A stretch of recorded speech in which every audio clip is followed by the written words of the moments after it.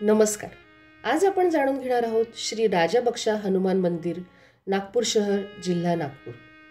नागपूर शहरात अनेक हनुमान मंदिर आहेत। नावानुसार त्यांच्या आख्यायिकाही प्रचलित आहेत। नंदनवन येथे पंचमुखी मारुती, बेसा गावाजवळ दुंडा मारुती, नागपूरच्या महालामध्ये असलेला काळा हनुमान व पश्चिममुखी मारुती, सोने गावातील पक्षिका मारुती अशा विविध नावांची हनुमान मंदिरे येथे आहेत। या सर्वांमध्ये प्रसिद्ध व जागृत स्थान असलेलं राजाबक्षा हनुमान मंदिर येथील भाविकांचं श्रद्धास्थान समजलं जातं।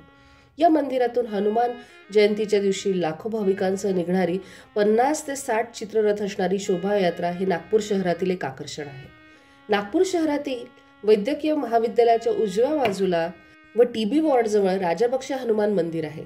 हे मंदिर 400 वर्षांहून अधिक प्राचीन आहे।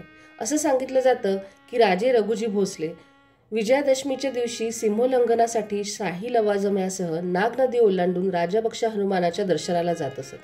भोसले यांच्या राजवटीत हे मंदिर अधिक प्रकाशात आलं आणि या काळातच त्याचं महत्त्वही वृद्धिंगत झालं। राजाबक्षा मंदिराची आख्यायिका अशी की गोंड राजा चांद सुलतान यांच्याकडून राजे रघुजी भोसले यांना खंडणी वसुलीसाठी नागपूरला पाठवण्यात आले होते।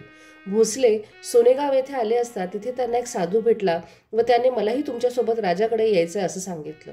भोसले यांनी साधूची विनंती मान्य करून त्याला सोबत येण्यास सांगितलं, परंतु चालताना मागं पाहायचं नाही अशी एक अट साधूंनी भोसलेंना घातली होती। भोसलेंनी ती मान्य करून ते पुढे व मागे साधू असा प्रवास सुरू झाला। दरम्यान भोसलेंना प्रवासादरम्यान तहान लागली, त्यासाठी आज जिथे मंदिर आहे तिथे ते थांबले। तेथील एका झोपडीत त्यावेळी राजाबक्षा नावाचे संत वास्तव्यास होते। भोसलेंनी त्यांच्याकडून पाणी मागून घेतलं आणि आपली तहान भागवली। नकळत साधू आपल्या मागे येत आहे की नाही हे पाहण्यासाठी त्यांनी मागे मान वळवली। त्या क्षणीच त्यांच्या मागे येणारा साधू आणि राजाबक्षा संत हे दोघेही अदृश्य झाले। त्या झोपडीत भोसलेंनी पाहिले असता तेथे त्यांना संत जेथे बसले होते तेथे हनुमानाची मूर्ती दिसली। तोच हा आजचा राजाबक्षा हनुमान होय।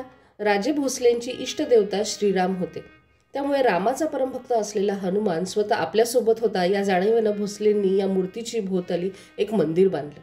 कालांतराने या मंदिराची देखरेख त्यांनी पर्वतराव गुजर यांच्याकडे सोपवली। गुजरांनी त्यावेळी आपल्याकडे असलेली जमीन विकून आलेल्या रकमेतून या मंदिराचे पुनर्निर्माण केले आणि मंदिर मोठं केलं। तेव्हापासून या मंदिराची देखरेख व व्यवस्था आजही गुजर परिवाराकडे आहे। राजाबक्षा हनुमान मंदिर हे सभामंडप व गर्भगृह अशा रचनेचं आहे। येथील सभामंडप प्रशस्त असून या सभामंडपाचं बांधकाम करताना पूर्वी असलेले झाड येथे कायम ठेवून त्याच्या बाजूने सभामंडप उभारला आहे, त्यामुळे आजही सभामंडपाच्या मागे प्राचीन झाड दिसतं।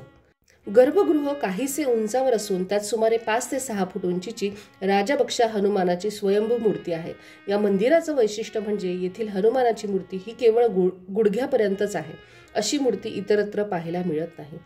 तर तुम्हाला कसा वाटला माझा हा व्हिडिओ मला नक्की कळवा, कमेंट्स करा आणि माझ्या चॅनलला नक्की लाईक करा, शेअर करा आणि सबस्क्राईब करा। धन्यवाद।